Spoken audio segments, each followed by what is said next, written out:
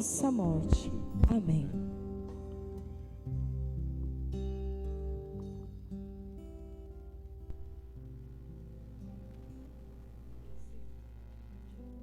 Podemos nos sentando.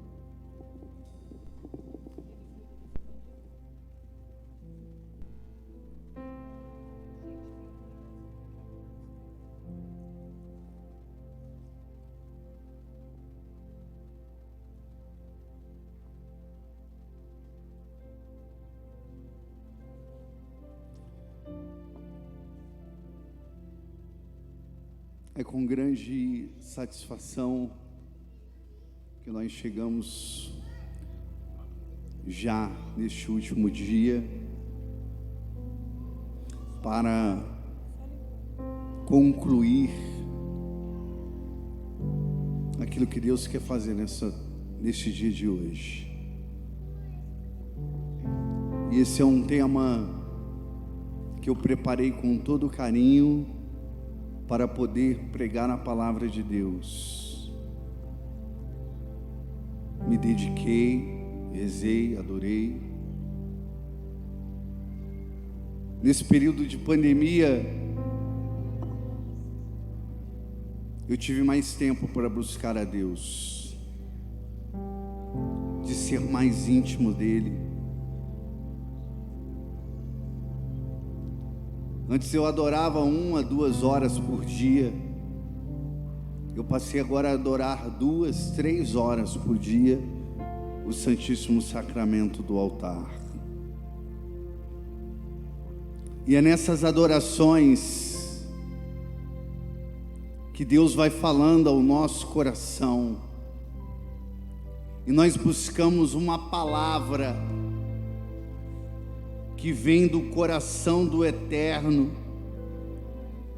e pedimos para Ele o direcionamento, aquilo que Deus quer falar com o seu povo. Buscamos do coração do Senhor e trazemos agora, neste exato momento, para você uma palavra mastigada, triturada, ruminada, uma palavra que não é apenas uma palavra humana, uma palavra que não é apenas uma palavra de uma pessoa intelectual que estudou, mas eu trago uma palavra do coração de Deus para a tua vida, e eu tenho certeza que depois desse retornai-vos, a tua vida nunca mais será a mesma. Nunca mais. Haverá um divisor de águas, um antes e um depois. Haverá uma transformação. E quando Deus ele age, quando Deus ele opera, a pessoa às vezes se torna como o profeta Jeremias, que pregava em um momento, em um povo, aonde não se abria para a graça, aonde ele lançava palavras ao vento, corações pedrificados, endurecidos. E o profeta dizia: eu não irei mais pregar a tua palavra, porque as pessoas não se convertem, não mudam de vida. Mas diz ele que viu um fogo dentro dele, que queimava os seus ossos, e ele tentava parar de pregar e não conseguia. É assim que Deus vai fazer com algumas pessoas que estão nessa assembleia. Você vai tentar parar, mas Deus vai ser mais forte do que você. Sem muitas delongas, Marcos capítulo 15, versículo 28.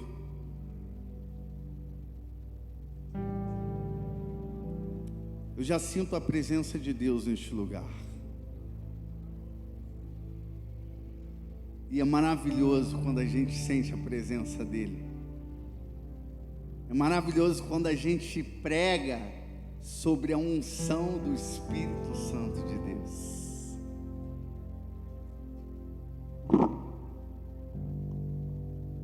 Eu quero começar rezando. Persíneo crucis de inimites noster, libera-nos Deus noster, em nome de Patris, et Filii, et Spiritus Sancto. Amém.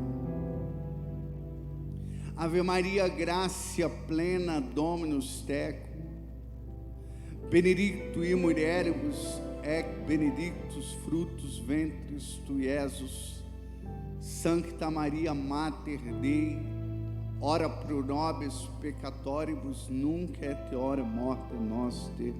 Amém.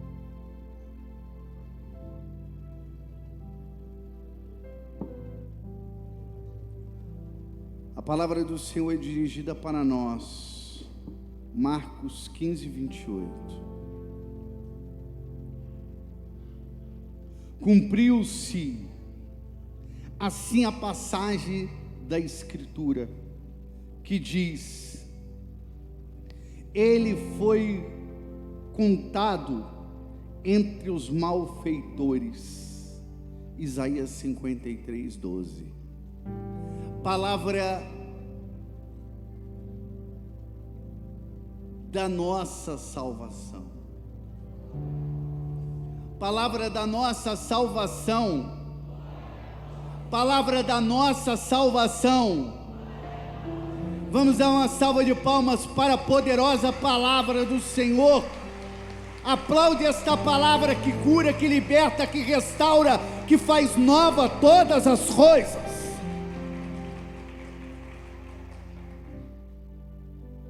Depois das pregações dos profetas, a gente fica mais animado, né?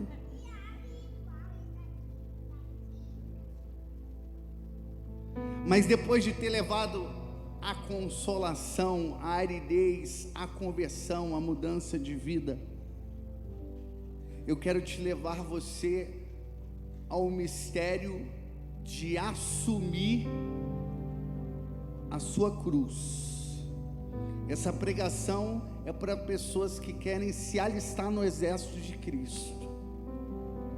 Essa não é uma pregação de cura, não é uma pregação de libertação. Isso é uma pregação de assumir a sua vocação, a sua identidade.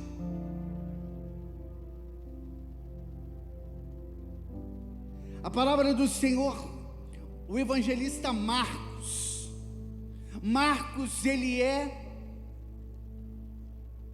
a pregação de Pedro, assim como a pregação de Lucas. O evangelho de Lucas é o evangelho de Paulo. O evangelho de Pedro é o evangelho de Marcos. O evangelho de Marcos, pelos estudiosos, ele é o primeiro evangelho escrito aproximadamente 20 anos depois da crucificação. Marcos está apontando para uma profecia do profeta Isaías. Isaías 53. O profeta Isaías, ele era o profeta estudado pela igreja primitiva. O profeta Isaías era o profeta onde a igreja primitiva se dobrava diante dele, porque ele não era qualquer profeta, mas ele era o patriarca dos profetas, ele era o pai dos profetas, ele é o profeta messiânico. Das 400 profecias bíblicas que se concretizaram em Jesus Cristo, 70 profecias, 70 vezes é mencionado o profeta Isaías no Novo Testamento. Ele é chamado profeta messiânico, para mostrar a influência do profeta Isaías, até mesmo nos tempos de hoje. Os dois pregadores que pregaram aqui para nós, nesse dia de hoje, o Charles pregou E ele começou fazendo uma leitura de Mateus, capítulo 4, se eu não me engano. E ele mencionou a profecia de Isaías, do capítulo 9, no versículo 1. Na terra de Zabulon e Neftali, uma terra de escuridão, brilhou uma grande luz. Nós olhamos também para o Ricardo, que também começou a sua pregação falando do profeta Isaías, capítulo 52, ou foi 57, a minha memória não consegue captar a sua plenitude, mas ele começa falando também do profeta Isaías. O profeta Isaías é o profeta messiânico, é o profeta aonde São Cirilo vai chamar ele de apóstolo, São Jerônimo vai chamar ele, o profeta é chamado de evangelista. O profeta Isaías e suas profecias, do capítulo 1 até o capítulo 66, que é o livro do profeta Isaías, é um profeta que conseguiu profetizar e ver toda a vida de Jesus Cristo. Ele profetiza de um modo extraordinário, com uma identidade. O padre Antônio Vieira é o padre que fala que o profeta Isaías é o mais eloquente de todos os profetas, é o profeta sistemático do Antigo Testamento. Quando nós falamos desse profeta, é o profeta que mais influenciou a igreja primitiva, é o profeta que mais influenciou o Novo Testamento. Ele é o profeta que foi alcançado por Deus, é um profeta que tinha uma característica, onde Deus levantou ele para profetizar, e ele pregava muito a justiça de Deus, até o dia que ele teve um encontro com o altar do Senhor. Quando nós olhamos para o profeta, olhamos para o seu livro, Isaías, ele é um dos profetas maiores. Dentro das Sagradas Escrituras nós sabemos que existe 12 profetas menores e 4 profetas maiores. Entre os profetas maiores está Isaías, Jeremias, Ezequiel e Daniel. Esse profeta chamado Isaías, ele começa profetizando da ingratidão do povo. Ele começa a fazer uma comparação, que o gado, ele reconhece o seu dono, o asno reconhece o seu dono, mas Israel não conhece o seu Senhor. Ele começa profetizando, e do capítulo 1 até o capítulo 6, até chegar ao capítulo 6, as profecias do profeta, ele grita: ai! Ai de ti, Jerusalém, ai de ti, Judá. São 10 vezes que ele menciona a palavra ai. Para cada mandamento da lei de Deus, ele pronuncia a palavra ai.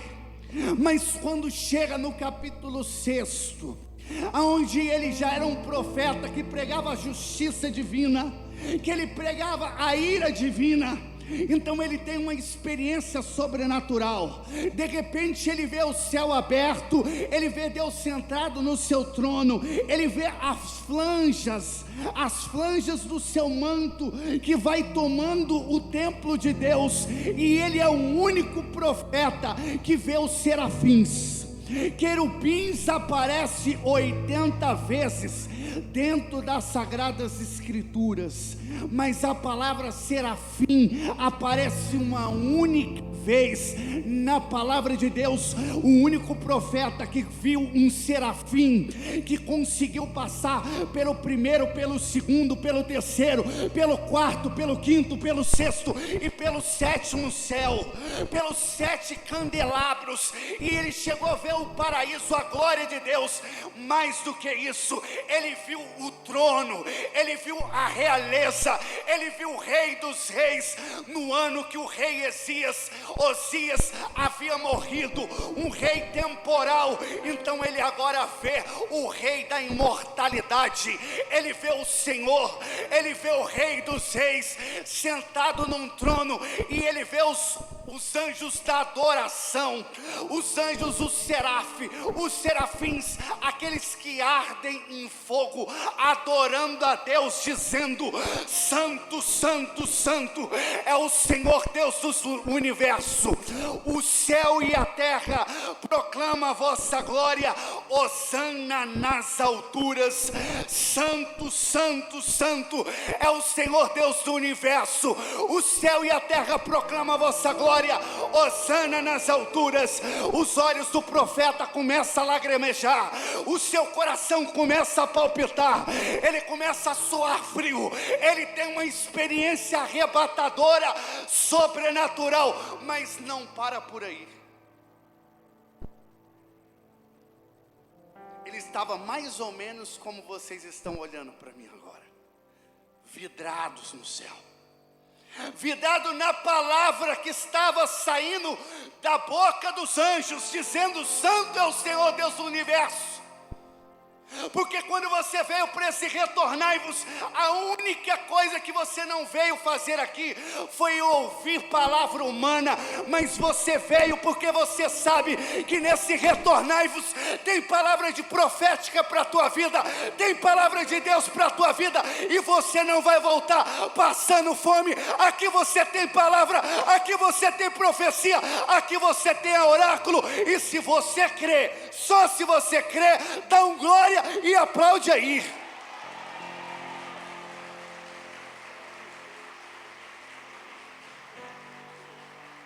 Nós vamos começar a aumentar o nível agora.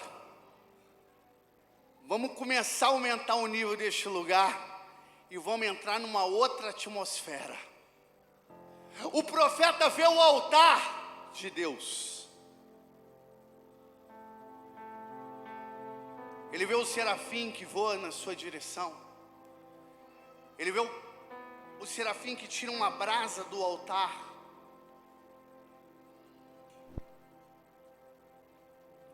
E tirando a brasa do altar, o profeta que apontava o dedo, que falava da justiça e da ira de Deus, que falava dos pecadores.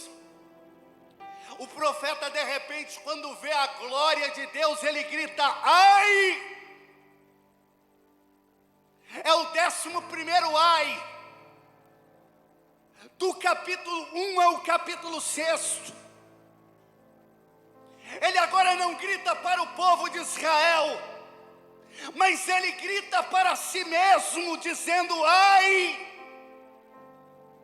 Ai de mim, que tem os lábios impuros, ai de mim, que habito com um povo impuro. Ele cai de joelhos, as lágrimas estão nos seus olhos. A experiência dele é no altar de ouro, no altar dos incensos, um altar que está próximo da Arca da Aliança, onde ficava o Santo dos Santos. Ele tem a experiência no lugar chamado Santo. Mas Deus leva ele, e ele passa pelo santo, ele passa pelo Santo dos Santos, e Deus leva ele para a experiência sobrenatural, e Deus leva ele para o céu, e leva para ele para o lugar chamado Santo dos Santos dos Santos, do Deus 3 vezes santos, do Deus que é Pai, do Deus que é Filho, do Deus que é Espírito Santo. Isaías tem uma revelação já prévia da Santíssima Trindade, do mistério, da profundidade. E quanto mais você se aproxima de Deus, quanto mais você vê que as suas vestes são sujas. Quanto mais nós nos aproximamos do Senhor, a gente vai vendo as nossas misérias, a gente vai vendo o nosso pecado. O profeta Isaías experimenta uma brasa de fogo sobre a boca, porque ele vai ser um profeta que vai fazer a diferença.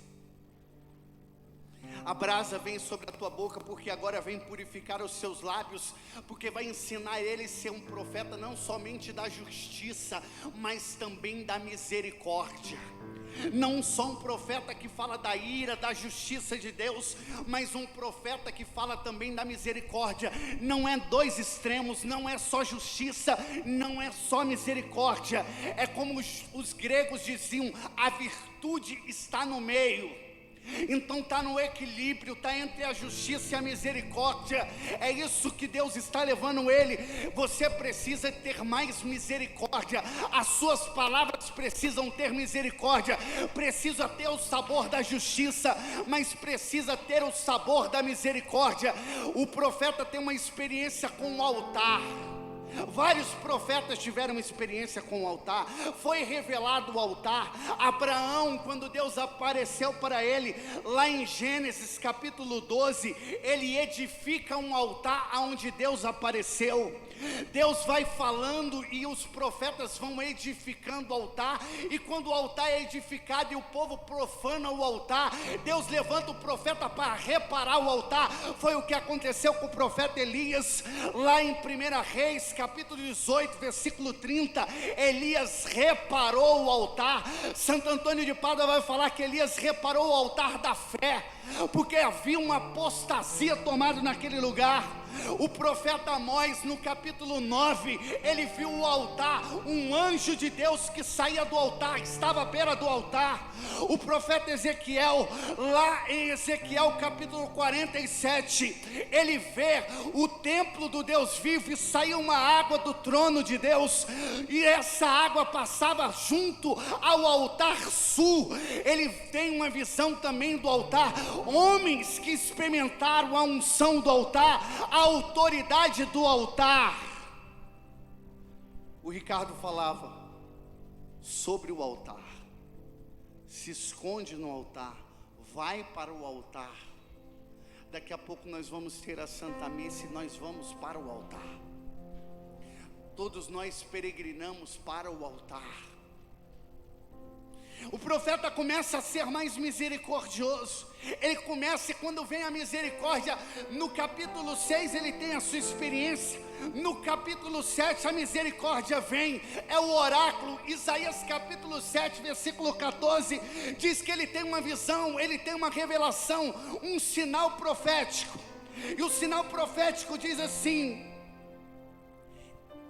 e uma virgem conceberá e dará à luz a um menino que se chamará Emanuel. No capítulo 9, o profeta Isaías diz que ele é o príncipe da paz. Ele vai profetizando. No capítulo 52, no versículo 7, diz que como são belos pés do mensageiro. No capítulo 19, ele fala sobre a vinda gloriosa de Jesus Cristo, que vem cavalgando. Em Isaías 53, ele fala sobre a sua paixão. Isaías 61, ele fala do rolo que será lido pelo Messias. Jesus Cristo lê Isaías capítulo 61, quando ele começa o seu ministério. Quando nós olhamos para o profeta Isaías, ele é o profeta do oráculo, ele é o profeta da profecia, ele é um homem enviado.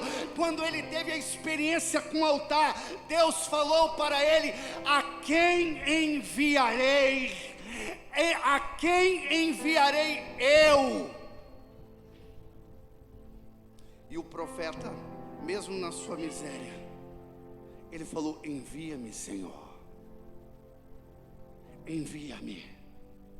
Deus bota uma brasa de fogo sobre a sua boca, Deus dilata os seus ouvidos para a sensibilidade de escutar a mensagem de Deus. O profeta Isaías é o profeta quando veio todos os reinos sendo destruídos, quando chegou o reino da Síria, que faltava uma única cidade para ser conquistada em Israel. A única cidade que não foi conquistada foi Jerusalém. Não foi pelo seu rei, não foi pelo seu povo, não, porque ele era um povo pecador, mas foi pelo seu profeta.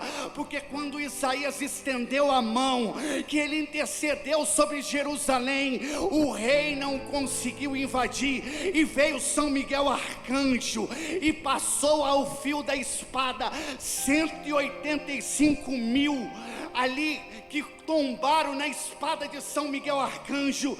Ali o exército de Sanaqueribe caiu por terra, porque havia um profeta que estava intercedendo sobre a cidade de Jerusalém. O profeta Isaías profetizou 3 anos nu, porque só um homem que tem uma experiência com Deus pode profetizar nu. E ele andava nu e descalço e gritava: vai cair Jerusalém, mas vai cair no tempo de Deus, vai cair na hora de Deus. Enquanto Deus não falar, enquanto Deus não executar, não vai cair. Então ele sustenta pela sua coragem, pela sua profecia. Jerusalém não cai, mas ele profetizou a queda. Vai cair na hora que cumprir a palavra do profeta, vai cair no momento que o profeta falar. Mas de tudo isso que nós falamos do profeta, o que me chama mais atenção no profeta Isaías é os detalhes e as cores, é a pintura realista de Isaías 53, quando ele fala do homem das dores, quando ele fala que pelas suas chagas nós fomos curados, como ovelha muda conduzida ao matadouro, ele não abriu a boca. Nós ouvimos falar do altar, mas agora o profeta Isaías fala do sacrifício. É 750 anos antes de Cristo. São quase, agora nós estamos falando do profeta Isaías, quase 3.000 anos. É um homem que tem uma visão além do alcance, é um homem que tem uma visão profética, e ele vê a paixão, ele vê a Passio Domini, ele vê o Messias. Havia um debate entre os judeus, alguns diziam que essa passagem de Isaías 53 era o povo de Israel, mas havia judeus antes de Cristo que falava que essa passagem fala do Messias, porque fala de um único homem, de um servo sofredor, e não era o povo, mas era um único homem, era o Messias que iria vir e pagaria um alto preço. O profeta é preciso, ele é objetivo, ele sabe aonde ele está indo, ele sabe o que Deus está revelando. Deus não revelou apenas os serafins para ele, Deus não revelou apenas o altar de fogo, mas Deus revelou também o Cordeiro de Deus, o sacrifício, a expiação pelos nossos pecados, o pecado que caberia a nós, a humanidade. Ele levou sobre si os nossos pecados. Marcos agora está citando agora em Marcos capítulo 15, no versículo 28, o detalhe: ele foi colocado entre os malfeitores, no meio, porque a cruz é a centralidade, está no meio. O profeta vê o detalhe do Calvário, ele está no meio. Ele vai narrando com propriedade a Passio Domini, a paixão de Jesus Cristo. Quinta-feira Santa ele começa a celebrar.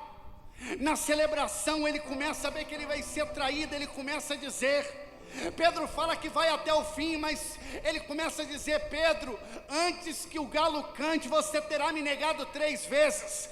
Ele vai para o Horto das Oliveiras.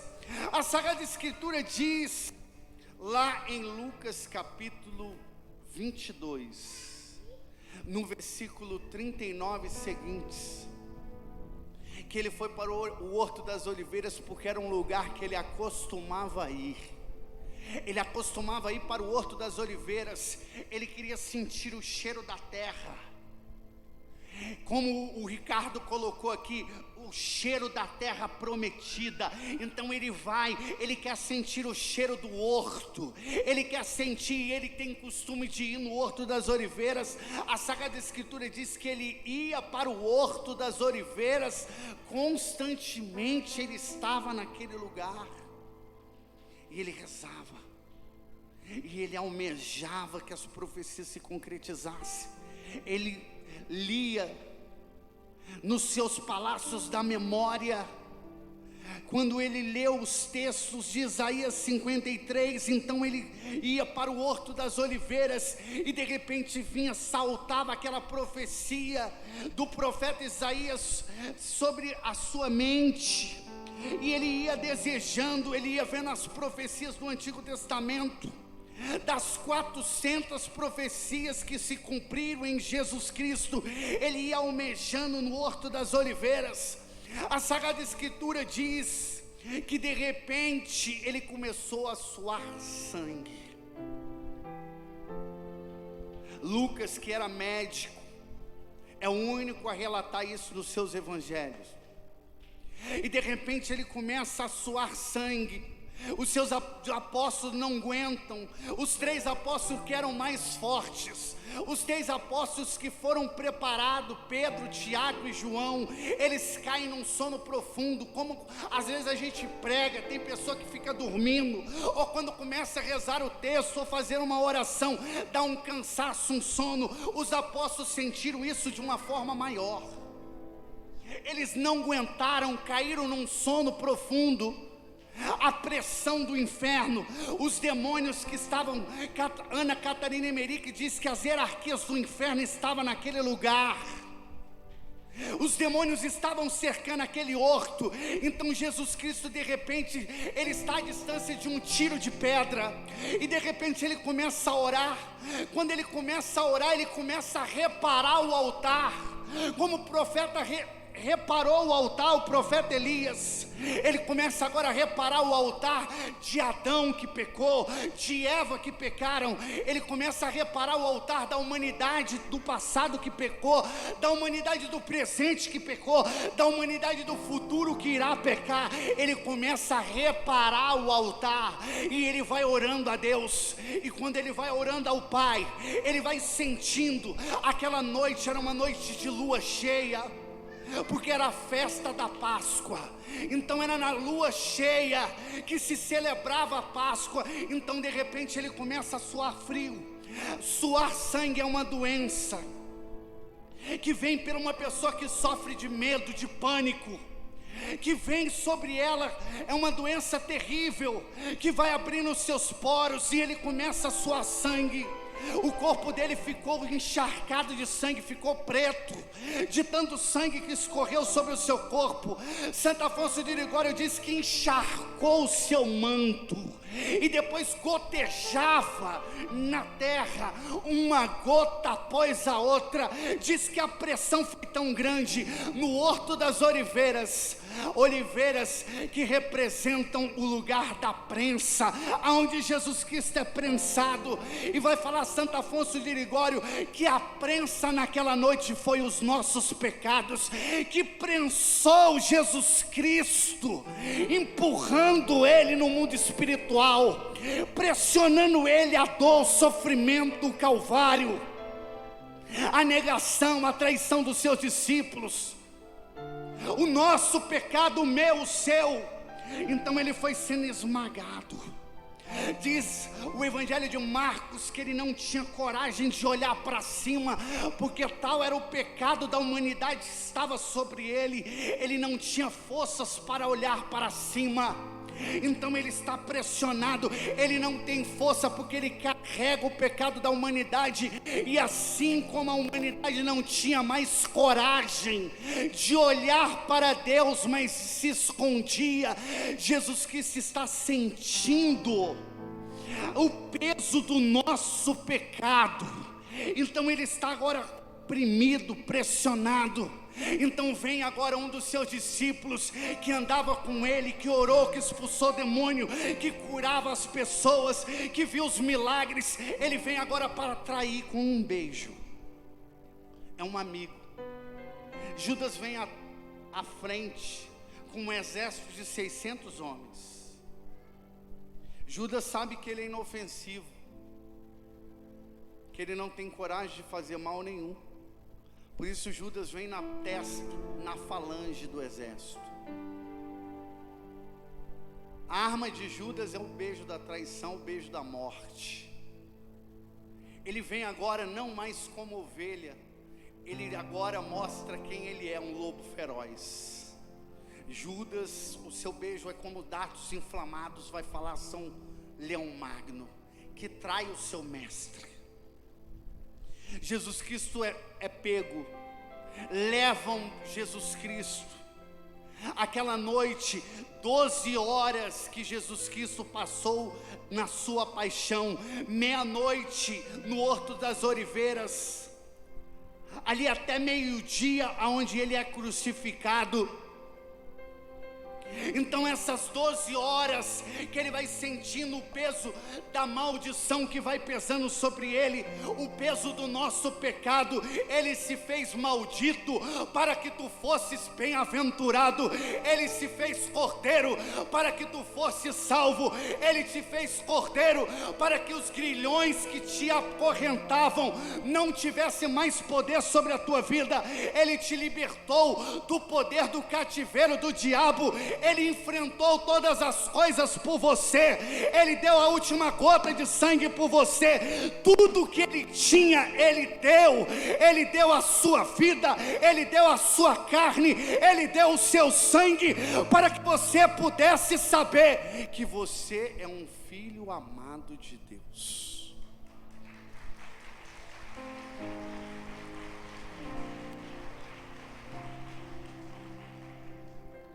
Daquela noite, de meia-noite até 6 horas da manhã, Jesus Cristo passa por 6 julgamentos. Ele passa pelo julgamento de Anás, ele passa pelo julgamento de Caifás, ele passa pelo julgamento do Sinédrio, ele passa pelo julgamento de Pilatos. Pilatos joga para Herodes, Herodes volta para Pilatos. São 6 julgamentos de meia-noite até 6 horas da manhã. Jesus Cristo vai sendo jogado como uma bola de ping-pong para um lado, para o outro. Ele vai carregando correntes, vão chicoteando ele, vão batendo nele. Fala que Jesus Cristo vai tomando socos na cara.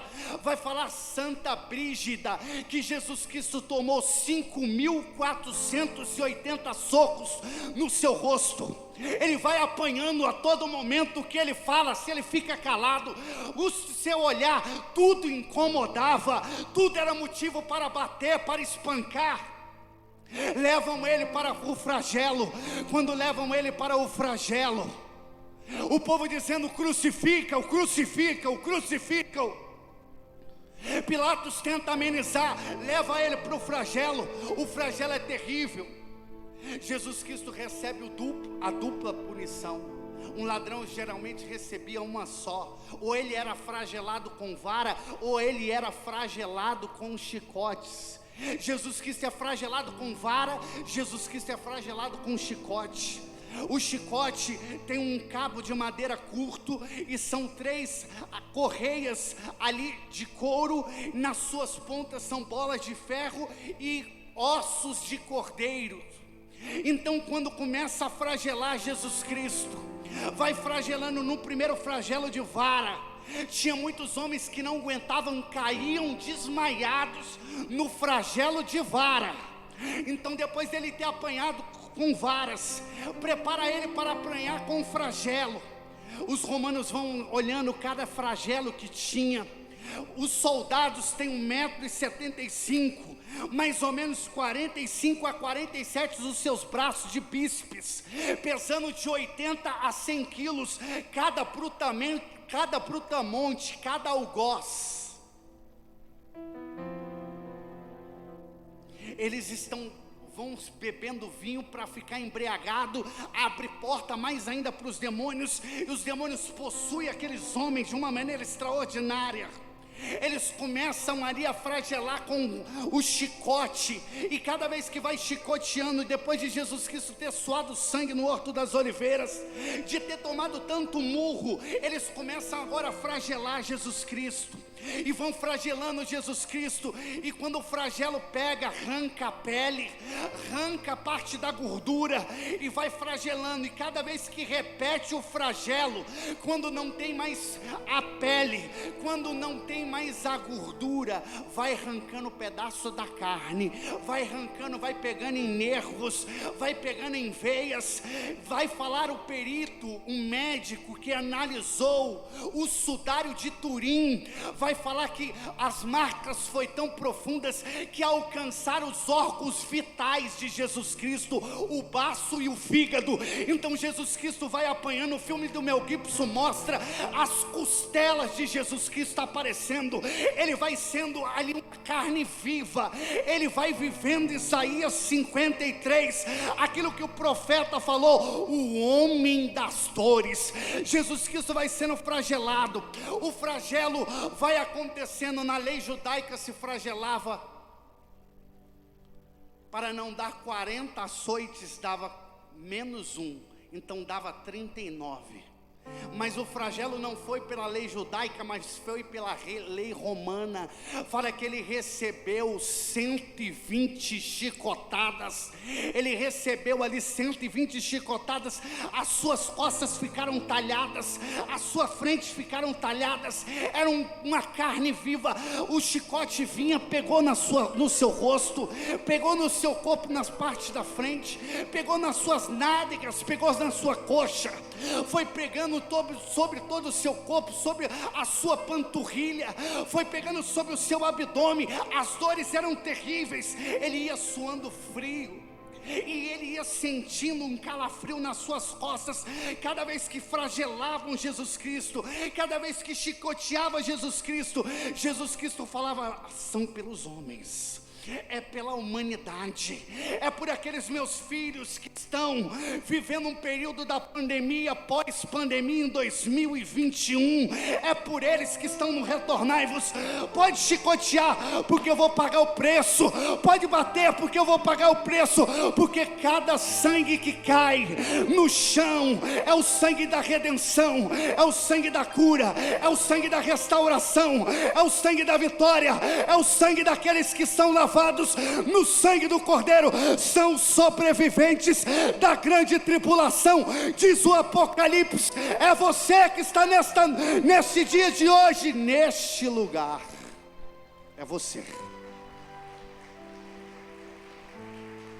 Foi por você, ele morreu por você, ele deu a vida por você.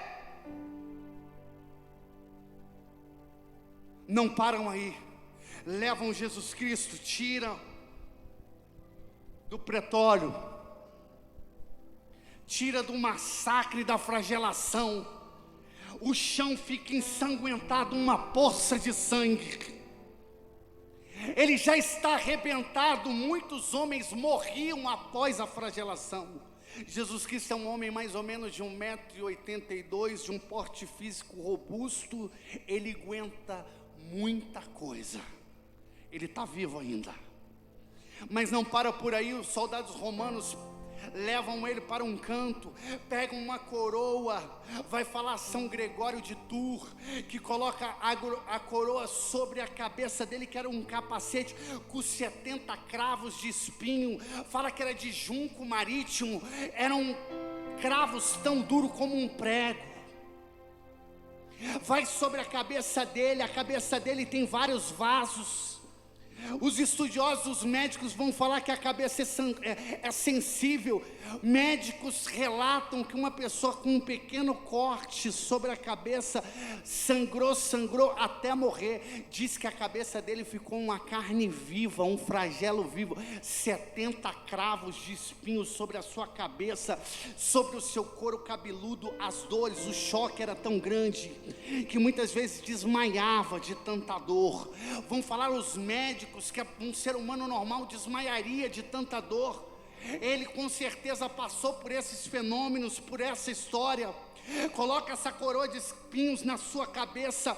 O pecado de Adão, de Eva, de toda a humanidade, os cravos são encravados na cabeça de Cristo. Ele não recebe uma coroa de prata, ele não recebe uma coroa de ouro, ele recebe uma coroa de espinho.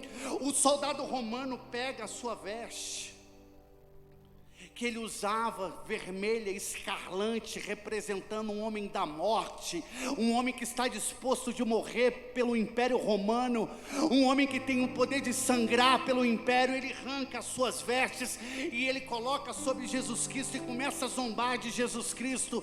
Os soldados ali pegam a madeira e começam a bater sobre a cabeça de Jesus Cristo. Os cravos vão entrando, vão doendo, o sangue vai escorrendo sobre todo o seu rosto. O seu rosto está inchado, são muitos murros, muitos cuspes, muitas blasfêmias. Ele vai sofrendo, ele vai padecendo, mas ele vai dizendo: sim, Senhor, eu quero pagar esse preço, Pai. Eu quero dar a vida por aqueles que estão no retornai-vos. Eu quero mostrar para eles que o sofrimento que eles passaram, que eles estão passando, não é nada comparado ao meu sofrimento. Quando nós olhamos para Jesus Cristo crucificado, nós recuperamos o nosso fôlego, nós recuperamos a nossa força, nós recuperamos a nossa unção. Jesus Cristo é arrastado, colocam ele diante de Barrabás. Barrabás era o pior criminoso, ia ser condenado naquele ano. O povo grita: libera Barrabás e crucifica Jesus Cristo. A multidão começa a gritar, instigada por judeus que estão tomados pelo inimigo, pelo pecado, pela cegueira, e começam a gritar: crucificam, crucificam, crucificam. O cordeiro não abre a boca. Ele olha para Barrabás, dizendo: é por ti também, Barrabás, que eu morro. No filme do Mel Gibson, Barrabás era uma pessoa que não seguia Deus, era uma pessoa que não caminhava com Deus. Ele fala que naquele momento que ele olhou para Jesus Cristo no filme, que Jesus Cristo olhou para ele, ele se converteu. Ele falou que não era o olhar de Jesus Cristo, mas que não era o olhar apenas do James Cavill, mas era o olhar de Jesus Cristo. E ele escreveu um livro, De Barrabás a Jesus Cristo, o olhar que cura. Aquele homem se converteu em um filme, porque a paixão de Jesus Cristo continua a converter almas. Ele é condenado a carregar uma cruz. A cruz, a sua parte vertical, que era enterrada, encravada no alto do Calvário, ela pesa 80 quilos. A parte que é o patíbulo pesa 50.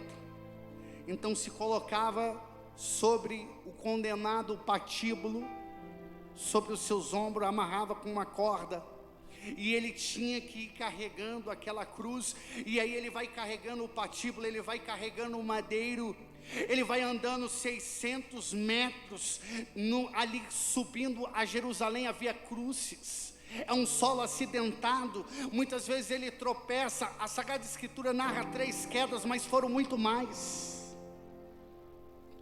Quando ele cai, ele não tem como apoiar o seu braço, então ele cai direto, batendo os peitos, a caixa de peito no chão. Ele bate arrebentando os seus lábios. Ele já está uma carne viva, ele está muito fraco, ele perdeu muito líquido, ele está com fome, não comeu a noite inteira. O dia agora já é um horário já próximo do meio-dia. Ele perdeu muito sangue. Tem pessoas que morrem quando perdem sangue, ficam fracas, desmaiam. Jesus Cristo está cambaleando, mas ele acha as forças no coração do Pai. Ele acha forças para ele prosseguir. Ele acha forças porque ele só tem um olhar na profecia de Isaías 53. Ele sabe que ele tem uma missão, ele sabe para que ele veio. Ele preparou psicologicamente. No seu nascimento, quando ele nasce na manjedoura, então a manjedoura, ela é áspera. Aquela criança ao nascer, ela já sente o incômodo da terra. A criança é enrolada num pano apertado, ele já sente como que no futuro aquela criancinha já sente que ela vai padecer, que ela vai pagar um preço, um alto preço.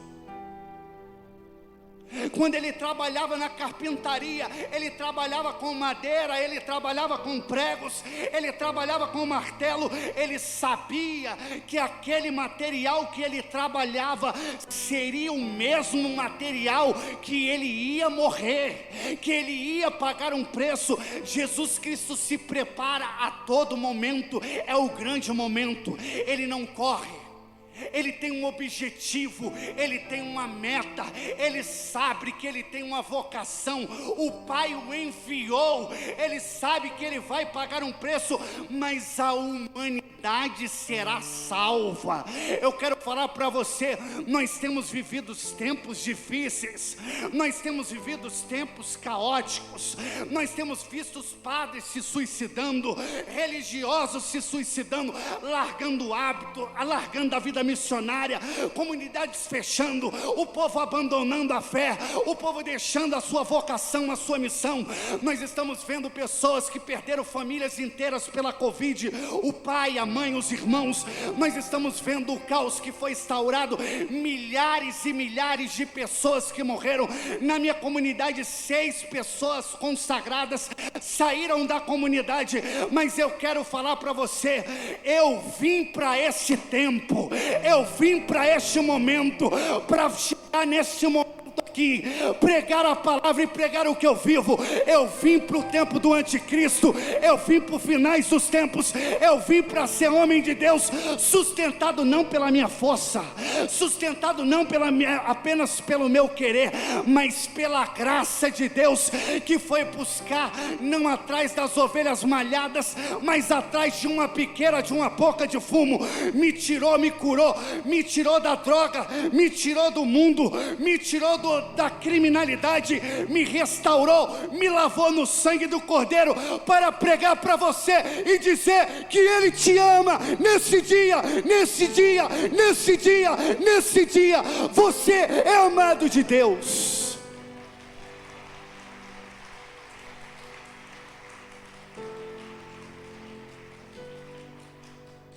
A paixão de Jesus Cristo continua caminhando, 600 metros de profundo dor, mas não para por aí.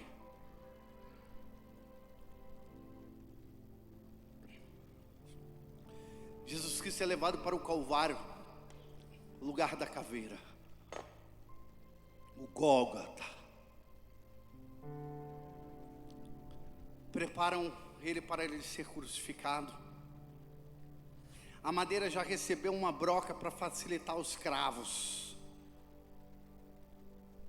Os cravos têm aproximadamente 12 centímetros. Jesus Cristo é colocado. A cruz era para Barrabás, não era para Jesus Cristo. A cruz era maior do que o porte de Jesus Cristo. A cruz tinha na sua vertical 2,40 metros, na sua horizontal 1,80 m. Crucificam Jesus Cristo na sua mão, exatamente neste lugar. Essa parte faz parte da mão. Neste lugar passa um nervo chamado mediano. Esse nervo, ele tem uma ligação profunda com todo o corpo do ser humano e vai direto ao cérebro. Quando toca aqueles cravos que de repente dão uma martelada, Santo Afonso de Ligório diz que dá 28 marteladas no seu pulso. Um prego de 12 centímetros na sua ponta pontiaguda, meio quadrado. Na sua superfície em cima, como que uma medalha de prata. Então de repente ele é crucificado e vão batendo.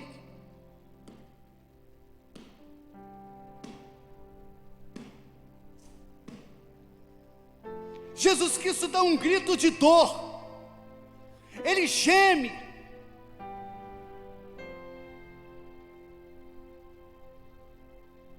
Prega um lado, vai pregar o outro. A cruz é maior do que o esperado, porque era para Barrabás. Santa Brígida, que teve revelações da paixão de Cristo, disse que puxou o braço de Cristo. O braço dele deslocou para caber no lugar. Pregam, atinge de novo o nervo mediano. O mediano enrijece os seus dedos. É uma dor terrível. Como uma corda de um violino esticado que vai passando ali. O ferro, o contato com o ferro, são dores que te levam a um flagelo terrível. E vai passando por ele, vai atingindo o seu cérebro, ele vai suando frio. Dão 26 marteladas na mão, 36 no pé. A coroa de espinho erguem Jesus Cristo, colocam ele sente o peso da cruz. Ele está crucificado, a coroa de espinho, um capacete de espinho, não deixa ele encostar a cabeça. Ele não pode relaxar em nenhum momento. A cabeça dele fica inclinada.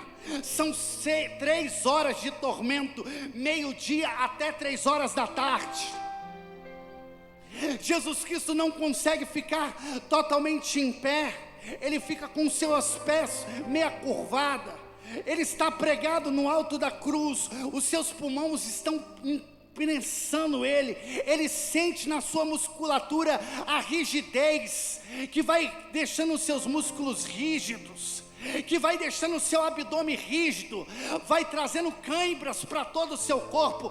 Quando uma pessoa sente cãibra, a cãibra muitas vezes mata a pessoa que está no mar, nas águas, nos rios, porque não consegue de tanta dor nem nadar.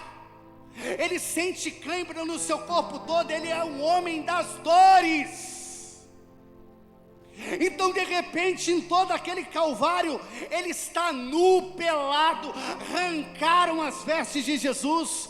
Antes de crucificar ele está com uma veste. O sangue que secou, coagulou. A pele grudou sobre o seu corpo, que já era uma carne viva.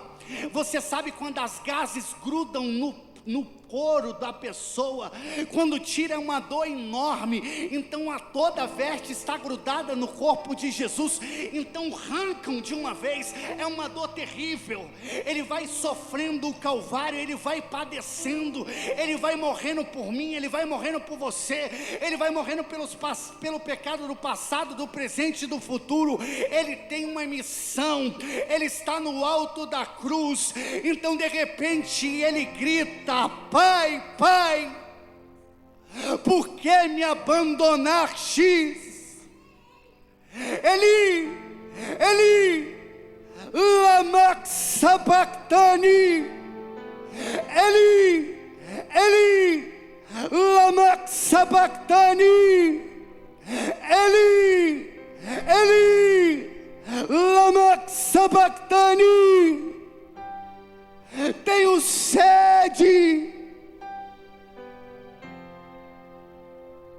Tenho sede de almas. Tenho sede de vidas. Ele dá um grito forte. Ele rende o espírito. O soldado vem com uma lança, perfura o coração de Jesus Cristo como o golpe da misericórdia. O coração dele está cheio de água e sangue, inchou. Quando de repente dar o golpe, jorra sangue e água. O sangue e a água da misericórdia.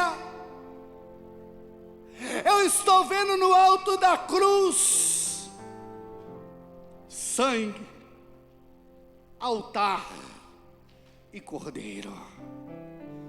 No alto da cruz eu estou vendo sangue, altar e cordeiro. O altar é o lenho da cruz. O sangue é o do Cristo. O Cordeiro é Jesus Cristo, de Isaías 53. Ele deu a vida por você.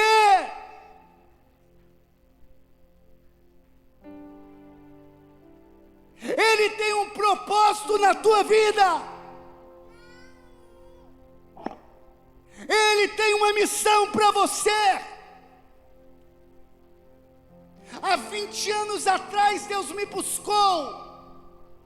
Eu tive uma experiência com Deus. Fui lavado pelo sangue do Cordeiro. Os meus sofrimentos naquele momento foram estancados. Mas um dia, quando eu morava com minha mãe, com meu pai, eu tive uma visão. E a visão que eu tive foi Deus sendo crucificado. Jesus Cristo saía da cruz e eu entrava na cruz. A minha vida dentro da igreja foi uma vida de calvário, de sofrimento. E continua até sendo até hoje. Mas eu quero beber cada gota desse cálice. Eu quero falar como São Paulo falou, que faltou as tribulações de Cristo completo na minha carne. Eu quero beber cada gota desse cálice. Eu quero colocar a minha vida em sacrifício. No meu corpo hoje eu tenho problema na cervical, na lombar. Eu tenho artrose por penitências, por provações que eu passei. Para me estar pregando aqui eu sinto dores, eu sinto flagelos.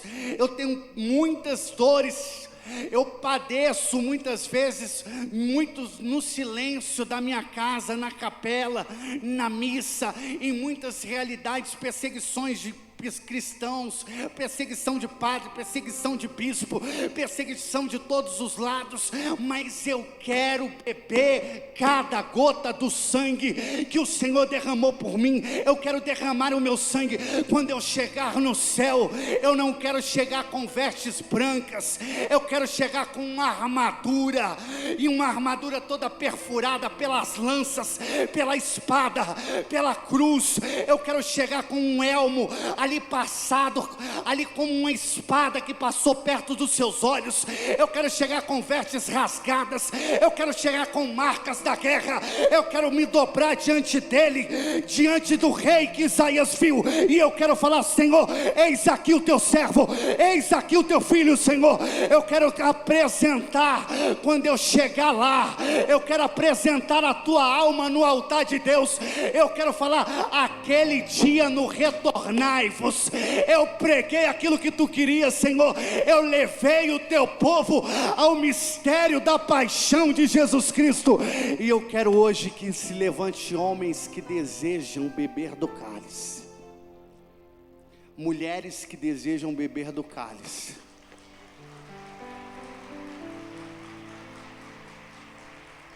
Fica de pé. Eu queria que trouxesse essa cruz aqui para o meio. Se puder.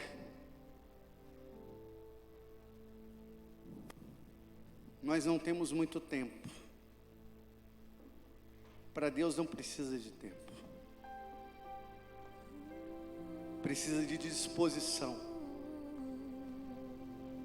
Precisa de assumir a sua vocação. Eu assumi a minha.